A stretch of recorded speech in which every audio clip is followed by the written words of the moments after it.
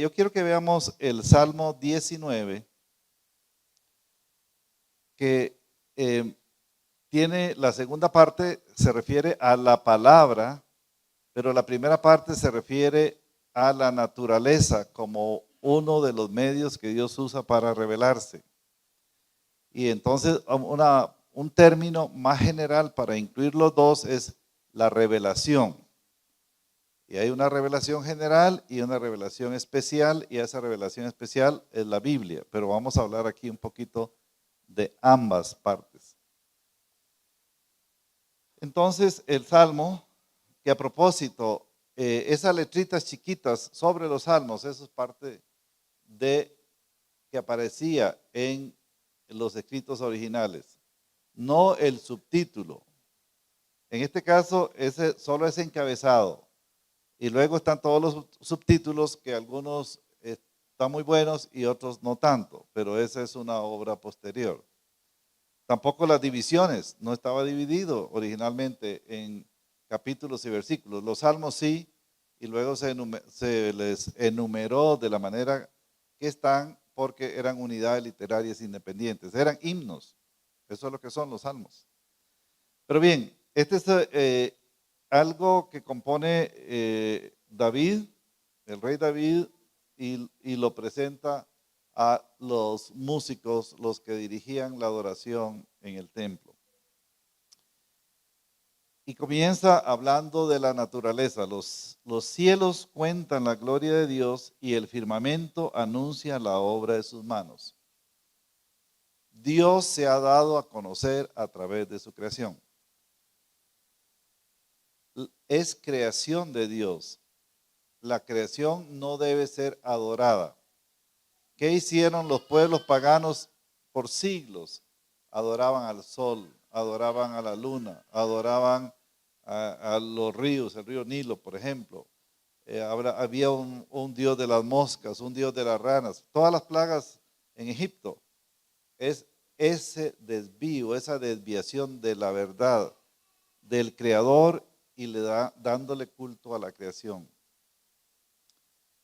La creación representa a Dios. Cuando uno ve un edificio, uno dice, ¿quién fue el arquitecto? ¿Quiénes fueron los constructores? Bueno, Dios es el arquitecto, el constructor.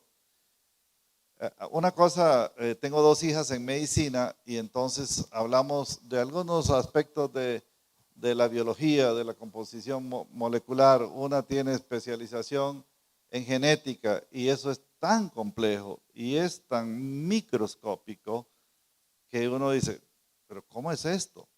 Y hay una maravilla ahí en lo pequeño, pero hay una maravilla en lo macro también.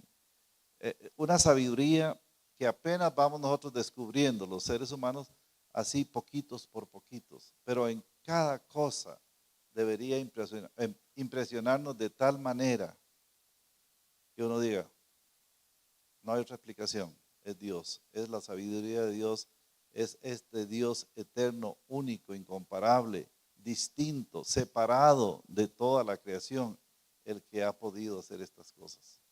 Entonces la naturaleza nos muestra, y el firmamento, cuando levantamos los ojos al cielo. Yo nací en el campo y salí del campo, pero el campo no salió de mí, así que yo sigo pensando como un campesino. Y una de las cosas que recuerdo yo con emoción era salir en las noches oscuras, que no había electricidad, que casi no había vecinos, quizá el más cerca estaba a 2 o 3 kilómetros, y en esa oscuridad levantar los ojos al cielo y ver el cielo estrellado. Dios estaba allí. Dios hizo la creación, el firmamento cuenta. Dice, y esto aparece también en el Salmo 2, cuando dice que un día emite palabra a otro día. Hay una secuencia y una continuidad a través del tiempo. Y de un día, en un día Dios se muestra, se revela, así como las misericordias suyas son nuevas cada mañana, pero el otro día también. Y van hablándose en sentido figurado y comunicándose, Dios está aquí. Así está hoy, y así estará mañana. Dios se ha mostrado consistentemente a través de los siglos. Es este Dios el que se muestra a través de su creación. Y una noche, a otra noche, declara sabiduría. En las noches es el tiempo de reflexionar, es el tiempo de estar meditando. No es el único ni exclusivo, pero muchas veces después del afán y la carrera del día, en la noche las personas se detienen para pensar, para evaluar el día, y muchos, por supuesto, nosotros que le conocemos, damos gracias a Dios por el día. Y Dios creó esos ciclos. Creó ciclos de 24 horas y creó ciclos de 6 días de trabajo y 1 de descanso.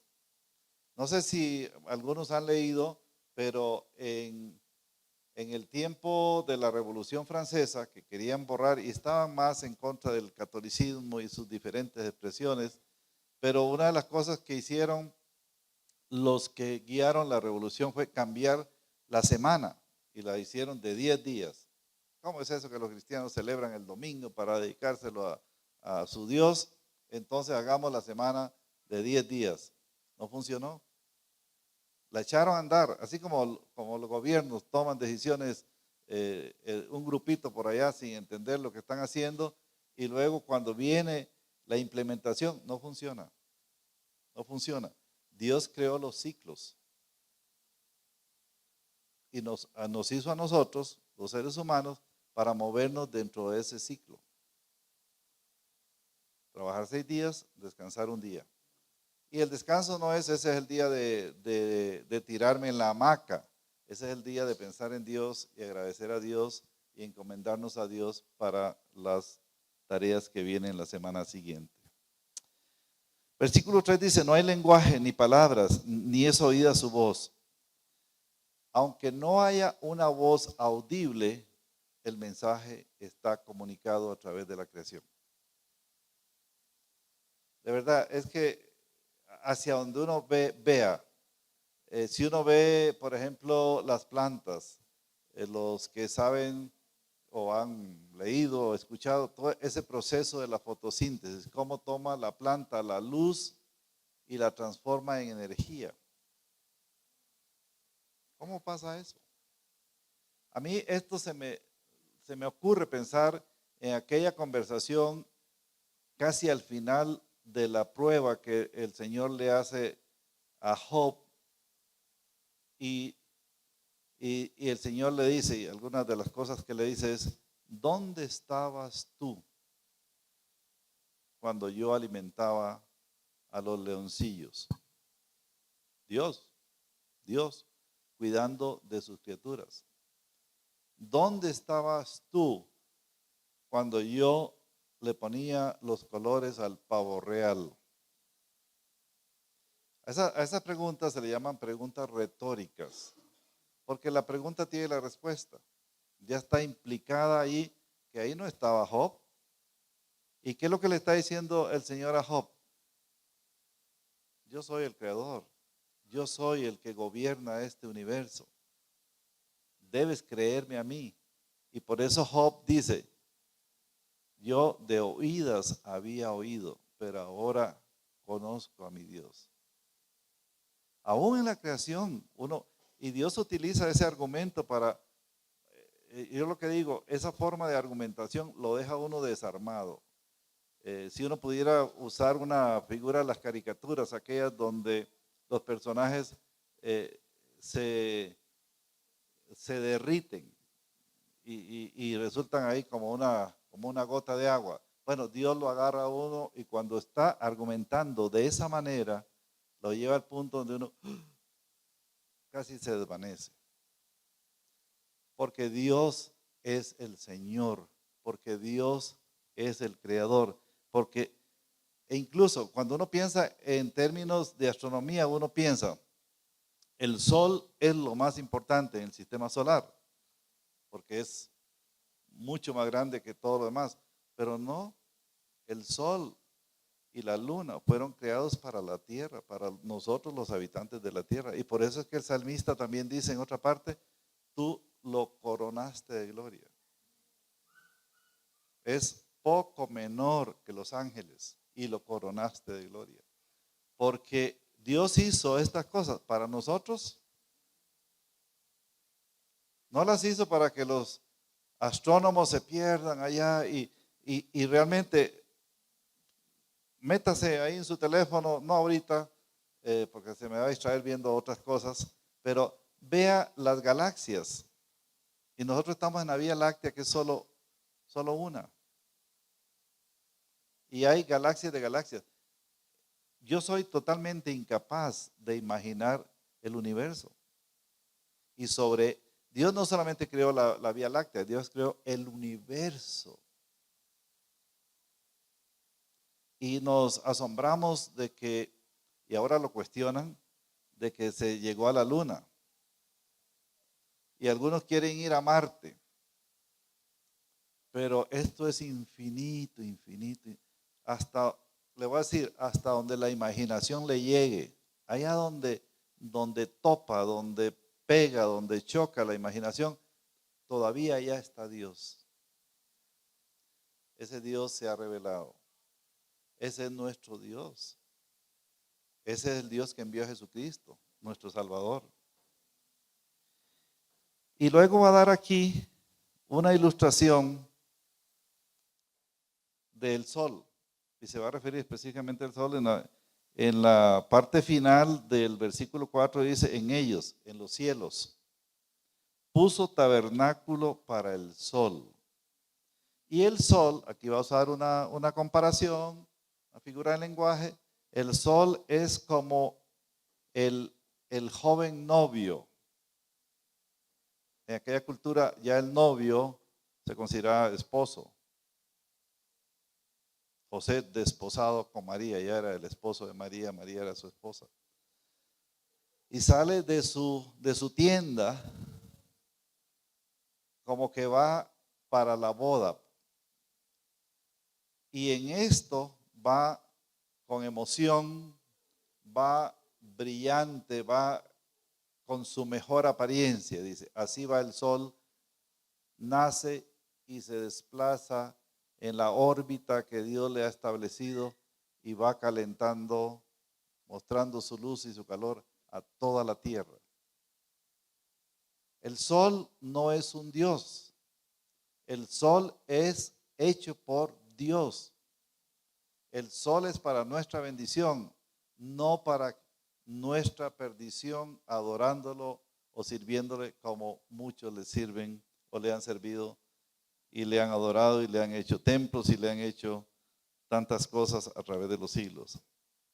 Él se va y se alegra, dice, como un gigante, cual gigante para recorrer su camino, y no se sale de su órbita. Y nosotros decimos también de manera figurada, el sol se acostó. Y así, y con las hijas nuestras cuando estaban chiquitas les decíamos, ya el sol se puso sus pijamas y está durmiendo. Ahora nos toca a nosotros ponernos las pijamas y acostarnos. Pero sigue ese ciclo, día después de día, y sigue el otro día, ese ciclo interminable, porque Dios así lo hizo. Porque Dios así lo creó. Y por supuesto sabemos toda la bendición de tener el sol. Y también sabemos la bendición de que el sol esté donde está y que no se nos acerque mucho ni se nos distancie de donde Dios le ha puesto. Por un lado nos quemaría y por otro lado nos congelaríamos. Cuando uno lee Apocalipsis, algunas de estas cosas, un poco de caos va a pasar, un caos intencional, y va a haber un juicio sobre la tierra como nunca antes. Entonces se mueve de un extremo de los cielos en su salida y su curso, su ruta, hasta el término de ellos, y nada hay que se esconda de su calor. El sol es solo una creación. Ahora, cuando pensamos en Dios, que es infinitamente mayor que el sol, el, el sol nos bendice, nos beneficia. Dios también nos bendice y nos beneficia. Y no hay nadie que esté exento. Y el hermano que dirigía también dijo, ni aun los impíos dejan de recibir el favor de Dios. Porque el sol nos calienta a todos. Hace que produzcan las plantas de las cuales comemos todos. Dios hace que llueva sobre todos. Sus misericordias se expanden sobre todos. Y Dios da testimonio de sí mismo a través de la creación. Hay un pasaje que conocen en el capítulo 1, versículo 18, 19 y 20 de Romanos. Y el pasaje dice así, lo voy a leer. Dice, porque la ira de Dios se revela desde el cielo contra toda impiedad e injusticia de los hombres que detienen con injusticia la verdad. Porque lo que de Dios se conoce,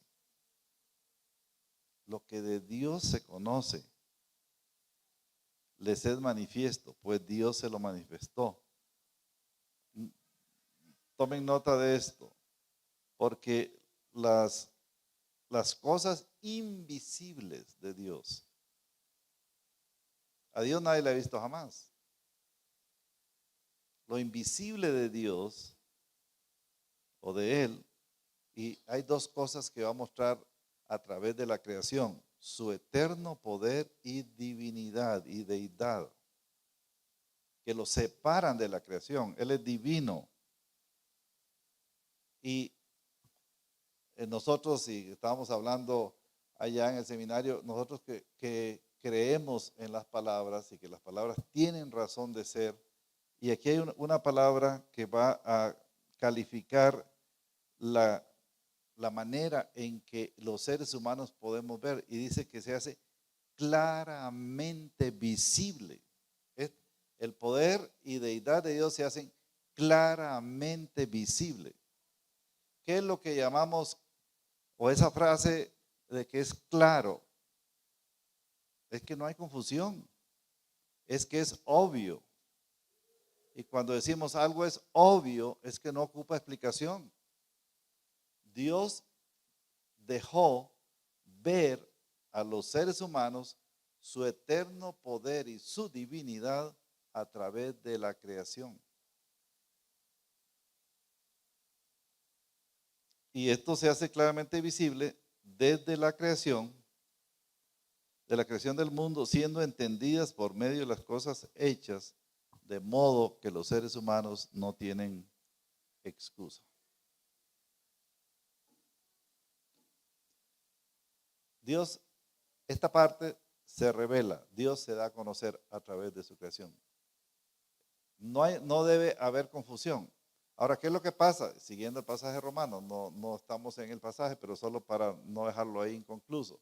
Lo que pasa es que los hombres escogen darle culto a las criaturas antes que al Creador y se envanecen en sus propios razonamientos, por lo cual, como no tomaron en cuenta a Dios, Dios los entrega en sus propias concupiscencias, y ahí sigue la historia de toda la degeneración en la que hemos caído. Esta segunda parte tiene que ver con la revelación especial, tiene que ver con la revelación que se escribió, tiene que ver con, digámoslo, en ese momento, con la Biblia, con la palabra de Dios escrita. Y va a usar, el autor David, va a usar varios términos para referirse a las escrituras.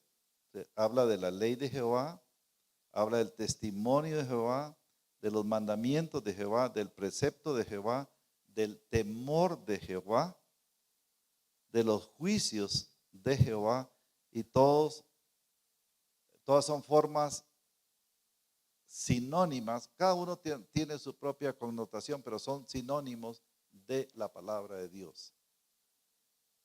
Y vean los efectos que la palabra de Dios ocasionan en los que la leen y la creen. La ley de Jehová es perfecta, que convierte al alma. Yo no sé cómo se convirtieron ustedes, pero una de las cosas que hizo Dios conmigo hace A veces cuando pienso ya casi me estoy entre los dinosaurios, porque hace casi 50 años estaba leyendo un compañero de trabajo, bueno, de trabajo y de estudios. Estábamos en el colegio y trabajábamos en una emisora de radio. Y él me dijo, cómprate una Biblia. Bueno, me habló del Evangelio y me animó a comprarme una Biblia. Yo ganaba 50 colones de aquel entonces, que eran como $6 al mes. Y yo me compré una Biblia. La Biblia me costó 33 colones, colones en Costa Rica. Y fue leyendo la Biblia. Y Dios tiene maneras diferentes para con cada uno de nosotros, porque Él nos conoce y nos encuentra donde estamos. Y leyendo en Proverbios, Dios me dio convicción de mi pecaminosidad y de mi necesidad del Redentor.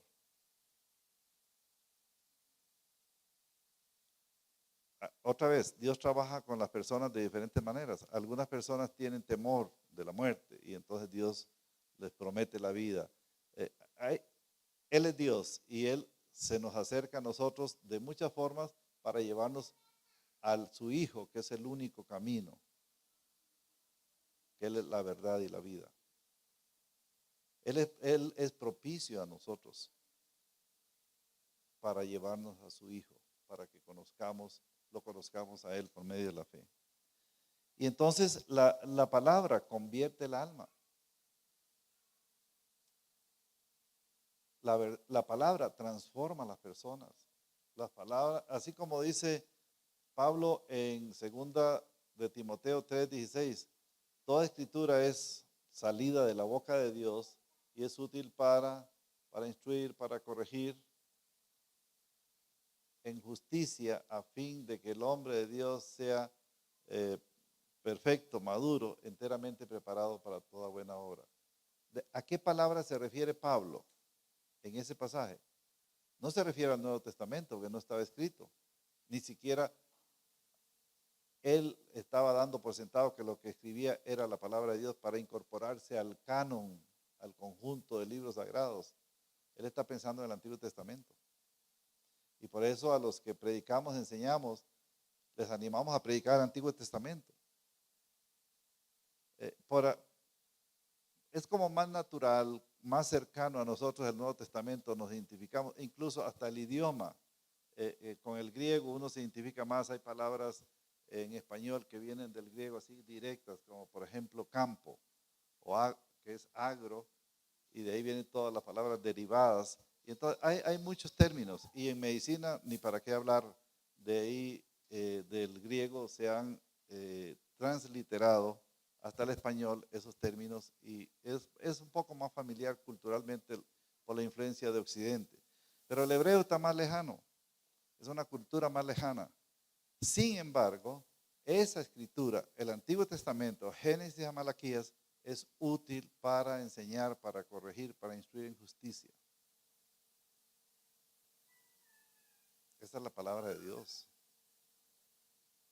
Ahora, quizá necesitamos hacer un poquito de esfuerzo mayor al interpretarla, al acercarnos a esos contextos históricos, culturales de entonces, pero es la palabra de Dios.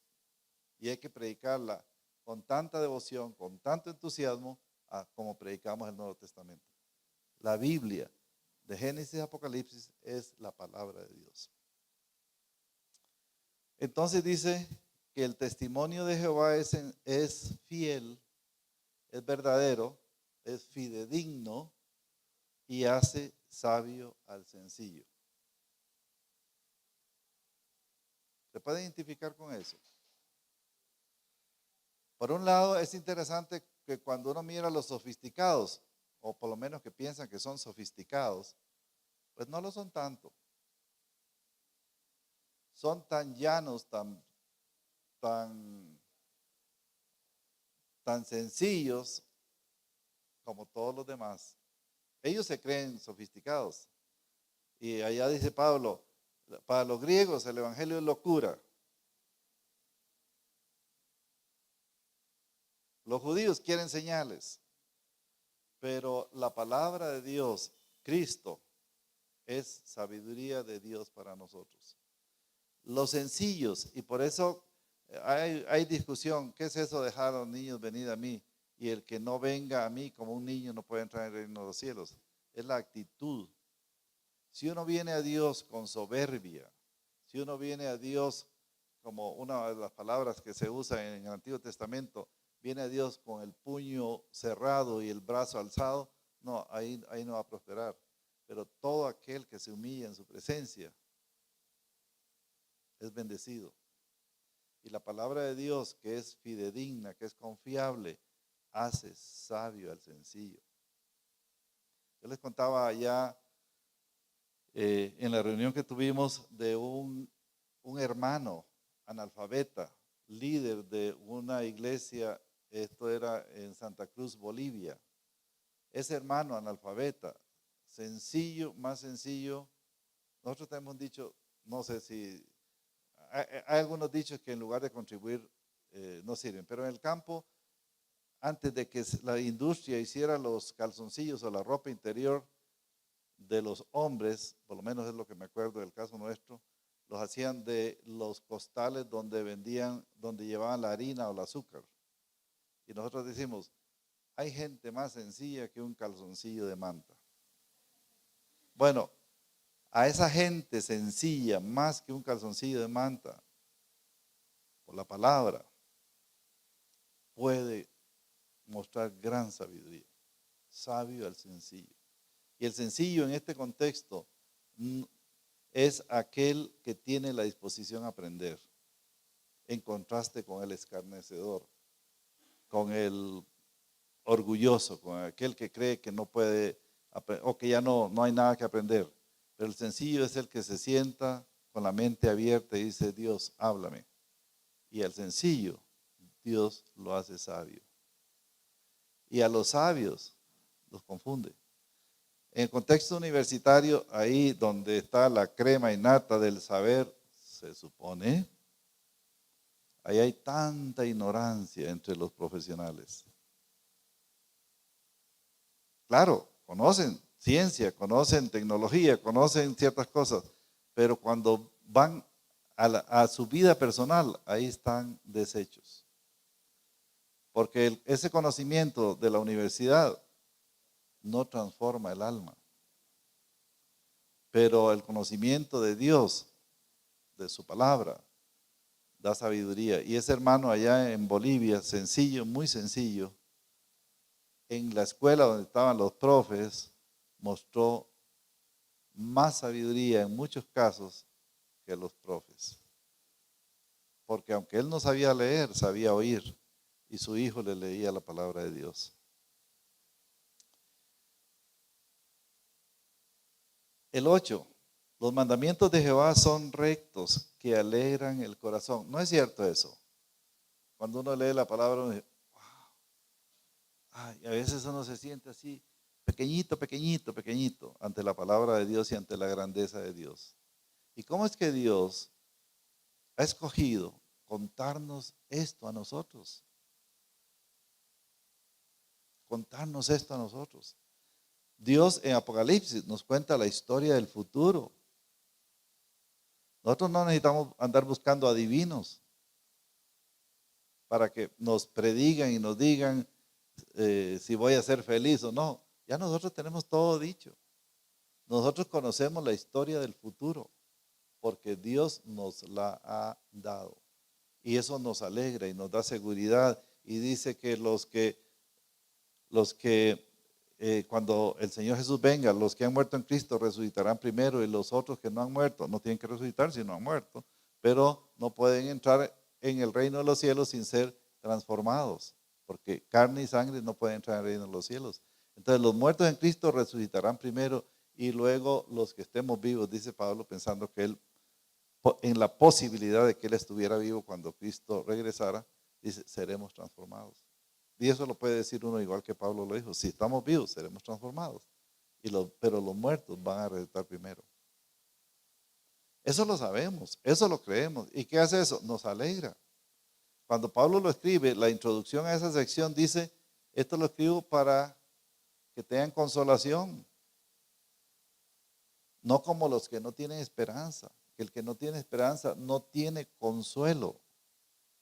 ¿De qué va a echar mano el que no tiene esperanza? Nosotros tenemos certeza absoluta del futuro, porque Dios nos lo ha revelado. Y eso nos alegra el corazón, eso nos consuela, eso nos anima.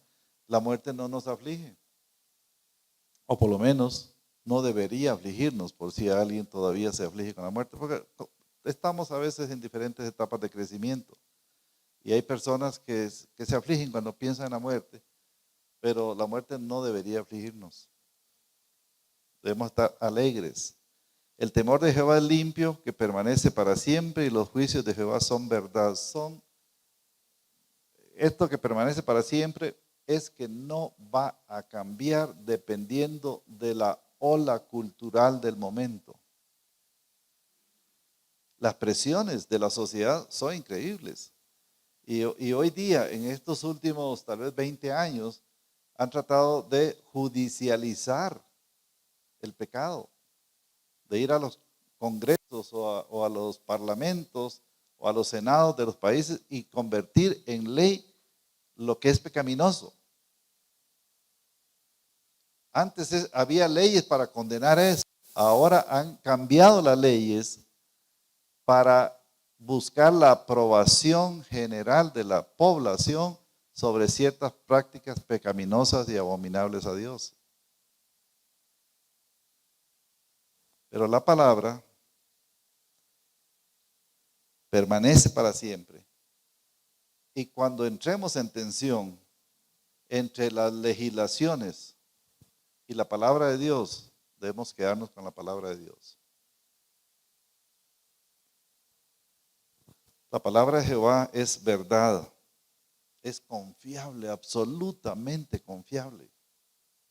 Ahora, por supuesto, necesitamos asegurarnos de la interpretación correcta, porque la verdad mal interpretada puede llevar a decisiones y a conductas erróneas. Pero la palabra en sí misma, correctamente interpretada, es absolutamente confiable. No hay nada que se compare a la palabra de Dios. Nosotros podemos ser honorables, podemos ser confiables por lo que hemos aprendido, por lo que la palabra de Dios ha hecho en nosotros, pero nosotros somos falibles. La palabra de Dios permanece para siempre. La palabra es inerrante. La palabra es confiable porque sale del corazón de Dios, de la boca de Dios. Y terminando esta sección dice, la palabra de Dios es deseable. La gente y usa los extremos, y aquí David, y al mencionar el extremo, está diciendo, y todo entre este punto y el extremo, más deseable que el oro, y que la plata, y que todos los otros metales que tengan algún valor, pero la palabra es más deseable que el oro. Si el oro, por su valor, que a través de las diferentes culturas y generaciones ha sido valorado muchísimo y codiciado, y algunos han hasta matado con tal de adquirir ese metal, la palabra de Dios vale más que el oro. Porque ¿qué haría? Piense por un momento, ¿qué haría usted con un quintal de oro? Si usted ahorita tuviera un quintal de oro, lo más seguro que no estaría aquí. Lo más seguro que estaría en su casa. Y porque, bueno, a veces ni en los bancos se puede confiar. Y dice uno, y si mientras yo estoy aquí todo tranquilo y cantando himnos, por allá las autoridades del banco están negociando con mi oro, bueno, me lo llevo a la casa. ¿Va a dejar usted eso ahí en su casa? Si está aquí, está el cuerpo aquí y el corazón allá. Dios vale más que el oro. Es más deseable que el oro. Y luego usa la otra figura pensando en eso, en ese momento histórico, la miel era la sustancia más dulce que se conocía. Y entonces dice, es más dulce que la miel. La miel como el extremo, como lo máximo. Más allá de la miel es la palabra de Dios. Nos sacia, nos convierte, nos alegra. Eso es lo que hace la palabra de Dios. Y a veces la leemos poco. A veces no le dedicamos el tiempo que debiéramos. Pero cuando le dedicamos, aunque sea un poquito de tiempo concienzudo, experimentamos esto. Esto es lo que vemos, esto es lo que sentimos. Esto es lo que ocurre en el corazón de un pecador, porque la palabra de Dios nos transforma. La palabra de Dios nos levanta el mentón para que veamos hacia el cielo, para que veamos a Dios. Y por último, ya una aplicación que el mismo rey hace, describe la revelación en la creación, la gloria de Dios en la creación, en la palabra y los efectos que causan en nosotros. Y dice, tu siervo es amonestado con ellos, con los mandamientos, con los dichos de Dios. A mí me amonestan. Y la palabra de Dios, eso es lo que hace. Y es útil para amonestar. Para decirles, no sigas tanto por ahí, ven por acá. Este es el camino. Es posible que necesitemos, gracias a Dios por la tecnología, pero es posible que necesitemos ver menos videos y pasar más tiempito con las escrituras. Aquí hay instrucciones sobre todo, sobre la vida, sobre la muerte, sobre el presente, sobre el futuro, sobre la vida como solteros, sobre la vida como casados, sobre la actitud que debemos tener como hijos hacia los padres y cómo los padres deben instruir a sus hijos, cómo debe ser la relación del esposo a la esposa, el papel del esposo, del hombre en su hogar, el papel de la mujer en el hogar, sobre la iglesia. Aquí hay instrucción sobre todo, sobre todo. Porque ¿sabe qué es lo más complicado? Uno puede ser totalmente ignorante de la electricidad, cómo funciona, cómo se produce, cómo se transporta, cómo son cada uno de los usuarios. Y no pasa nada. Pero necesitamos saber cómo relacionarnos los casados con nuestras esposas todos los días. Necesitamos saber cómo criar a nuestros hijos todos los días.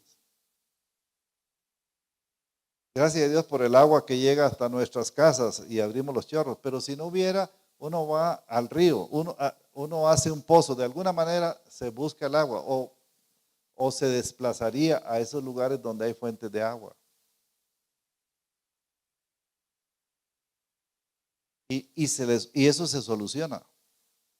Pero saber cómo vivir, tener la certeza de la eternidad, eso solo en la palabra de Dios. Y aquí dice el salmista, dice David, la palabra me amonesta, la palabra me habla. Tu siervo es además amonestado con ellos, en guardarlos hay grande galardón. No es cierto eso. A veces poquito que uno se aparte del pecado y ya hay una bendición enorme. La palabra está aquí. No hay que ir y decir, ¿dónde está la palabra? Allá en los cielos. No, aquí está. ¿A qué país deberíamos ir? Como los musulmanes, hay que ir a la Meca. No, aquí está la palabra de Dios. Y Dios, ahí también está, pero Dios está aquí. No hay que ir muy lejos. Dios se ha hecho accesible a nosotros. Y entonces en la reflexión que hace el salmista dice, ¿quién podrá entender sus propios errores? A veces el engaño lo hemos creído y creemos que lo bueno es malo y que lo malo es bueno. Que eso es lo que están hoy anunciando en la sociedad en general. Pero la palabra de Dios, como una máquina de rayos X, ustedes no pueden ver mis huesos, suponen que los tengo ahí, pero la palabra de Dios, como una máquina de rayos X, revela lo que hay debajo de la piel. Revela la palabra de Dios lo que hay en su corazón. La palabra profundiza, llega a lo íntimo del corazón. Y entonces hace una petición al Señor y dice, líbrame de los errores, de los pecados que me son ocultos. Preserva también a tu siervo de las soberbias. El que no sufre de soberbias es un santo puro. Hay una tendencia a compararnos con otros y siempre nos comparamos con aquel que desde nuestra perspectiva está en desventaja. Entonces uno lo mira aquí con la esquina, con el rabo del ojo y lo mira hacia abajo. Somos soberbios. Si miramos el que está hacia arriba, lo miramos con codicia, queremos estar donde él o ella está, según lo que nosotros percibimos, porque a veces lo vemos arriba, pero realmente no está arriba, pero así lo percibimos. Y el que está abajo, que lo percibimos abajo, lo percibimos que está abajo, pero no necesariamente está abajo. Somos soberbios, somos racistas, nos comparamos con otros. Los blancos que muy blancos y los de raza negra que muy oscuros. Pero los buenos somos los que tenemos cara de chocolate. No, siempre discriminamos, pero la palabra de Dios nos ubica, nos guía, nos da convicción de pecado, nos ayuda a vernos tal cual somos y decir, bueno, realmente no soy la gran cosa. Y yo le decía al hermano ayer, a mí me gusta cuando David dice, yo soy menos que un perro muerto. Los perritos vivos, que aquí he visto que pasean muchos por la calle, tienen gracia y se le acercan a uno moviendo la colita y, y apetece tocarlos o acariciarlos. Pero un perro muerto, depende cuántos días a la distancia hiede. Así somos nosotros. Y dice David, menos que un perro muerto. Ahí todo orgullo es ahuyentado. Si uno se pone en la perspectiva bíblica de quiénes somos. Ahora, en nosotros mismos somos ese perro muerto. En Cristo somos sus hijos y parte de la familia de Dios.